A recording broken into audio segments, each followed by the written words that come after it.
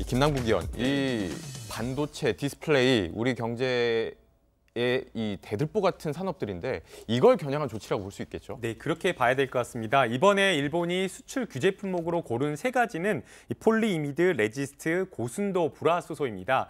세계의 모든 품목 자체가 반도체나 우리나라 스마트폰 액정을 만드는 데 사용되는 건데요. 네. 이 폴리이미드 같은 경우에는 스마트폰, TV 액정을 제작하는 데 사용되는데 이게 또 최신 폰으로 등장하는 이 폴드폰에도 또 사용되는 네, 삼성에서 새롭게 출시하기로 한 폴드폰에도 사용이 된다고 합니다. 네. 이 폴리이미드 같은 경우에는 일본으로부터 93.7%나 수입을 한다라고 이야기를 하고 있고요. 또 레지스트 같은 경우에는 우리가 뭐 공중파 방송 끝나면 마지막에 나오는 그 반도체 기판을 제작하는 데에 사용된다라고 하고 있고 네. 또 고순도 불화수소는 반도체를 세정하는 데 쓴다고 합니다.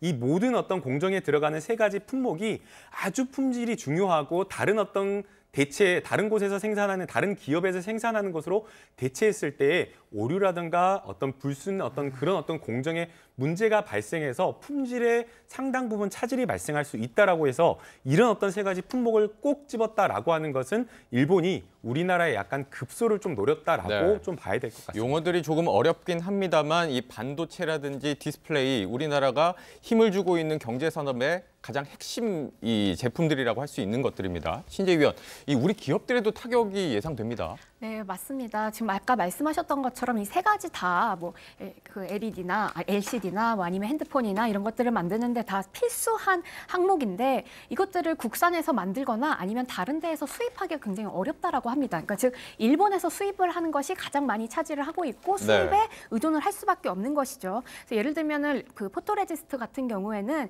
이것을 만약에 저희가 수입을 하지 못한다, 공급에 차질이 있다라고 하면 반도체 공장 가동에 문제가 생길 수 있다고 지금 합니다. 화면에도 보이지만 이 일본산 이 소재들이 세계 시장에서 90%를 차지하고 있네요. 예, 그렇죠. 그러니까 이것을 수입하지 못하면 사실 한국에서도 뭔가를 만들고 생산하는 것 자체가 불가능해지는 것이죠.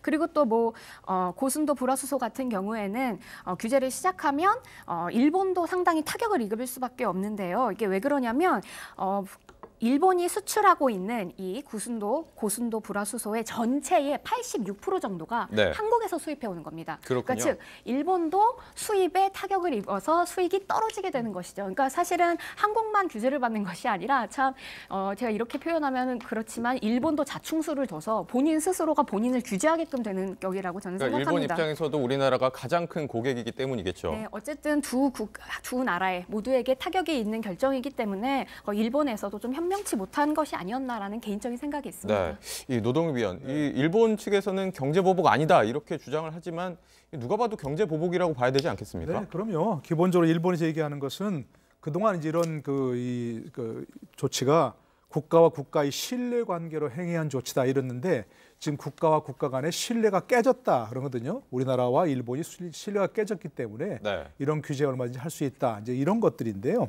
기본적으로 아까 얘기했지만 그리고 일본 정부는 갑작스럽게 발표를 했지만 우리 대법원 그 강제징용 판결 이후에 주도면밀하게 준비해온 것 같아요. 그러니까 계속해서 어떻게 해야 보복을 할 수 있을까? 그렇죠. 어디가 급소인가를 잘 봐가지고 그 준비해온 것 같고 그리고 이제 그야말로 G20 정상회의 끝나자마자 바로 발표한 뭐 그런 상황인 것 같아요. 그래서 발표는 급작스럽겠지만 준비는 철저히 해온 것 같다 이런 생각이 드는 겁니다. 네.